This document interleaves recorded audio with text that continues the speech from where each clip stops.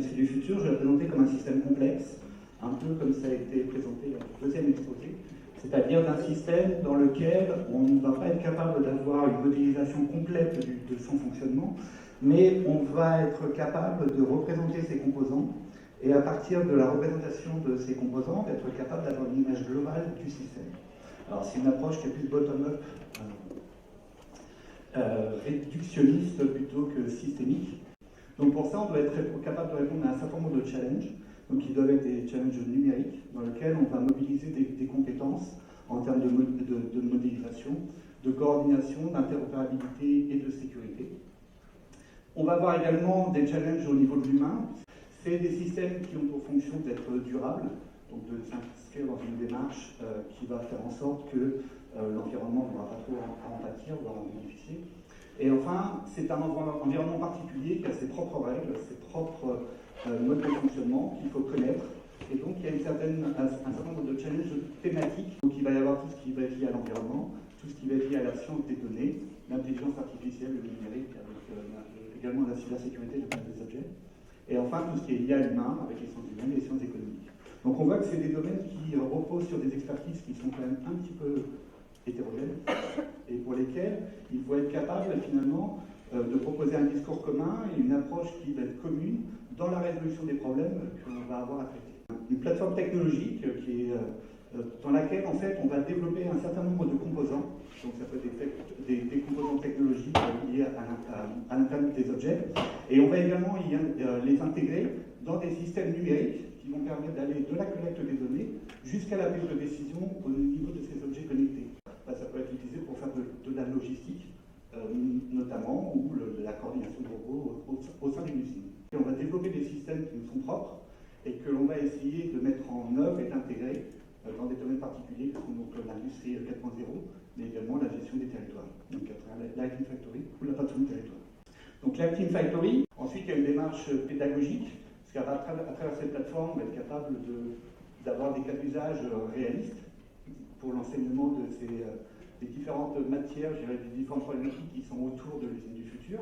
Et donc ça va être fait à travers 12 scénarios démonstratifs. La chaire Hokkaido, une chaire qui regroupe donc des industriels et puis des académiques, avec pour objectif de traiter donc les données onéreuses, c'est-à-dire d'être capable de prendre des décisions, même à partir du moment où en fait on a peu d'informations, peu de données. Donc à partir de cette problématique-là, il y a un certain nombre de modèles mathématiques qui sont développés au sein de cette chaire et qui permettent de traiter les informations et d'aboutir en fait à une information finale qui est beaucoup plus riche et susceptible de produire des décisions. C'est des challenges qui sont liés à l'intelligence artificielle. Alors ce que l'on fait au sein du département notamment d'informatique sur l'intelligence artificielle sont liés à tout ce qui est modélisation des connaissances et prise de décision décentralisée. Donc c'est problématique de coordination et d'interopérabilité. Pour l'interopérabilité, ce que je présente ici, c'est un certain nombre de résultats qui sont issus de collaborations industrielles, notamment principalement avec Engie, sur lesquels en fait il y a un grand travail qui a été fait sur la modélisation des connaissances qui sont nécessaires dans le domaine énergétique et qui sont notamment utilisées afin de pouvoir concevoir, de faciliter, je dirais, le transfert de connaissances, le transfert d'informations entre acteurs du domaine énergétique, que ce soit les producteurs ou les consommateurs. Il y a également un gros travail qui est fait avec les collègues qui travaillent dans le domaine de l'interopérabilité sur toutes les problématiques de normalisation, avec la participation aux institutions que sont l'ETSI pour la normalisation au niveau européen, ou du coup le E3C au niveau international. Et donc toute l'idée, c'est de proposer, donc à travers tous ces travaux, un certain nombre d'outils et de méthodes qui vont faciliter l'interopérabilité entre systèmes hétérogènes, à la fois une interopérabilité qui va être syntaxique, c'est-à-dire comment est-ce que j'accède à des données qui sont sur des modèles différents, mais aussi une interopérabilité qui peut être sémantique, à travers le fait de construire des modèles qui vont faciliter la compréhension entre des experts de domaines différents. Et donc ces modèles vont s'appuyer notamment sur la construction d'ontologies, et donc il y a tout un travail qui est fait sur l'ingénierie des ontologies, de manière à pouvoir faciliter le développement de ces outils.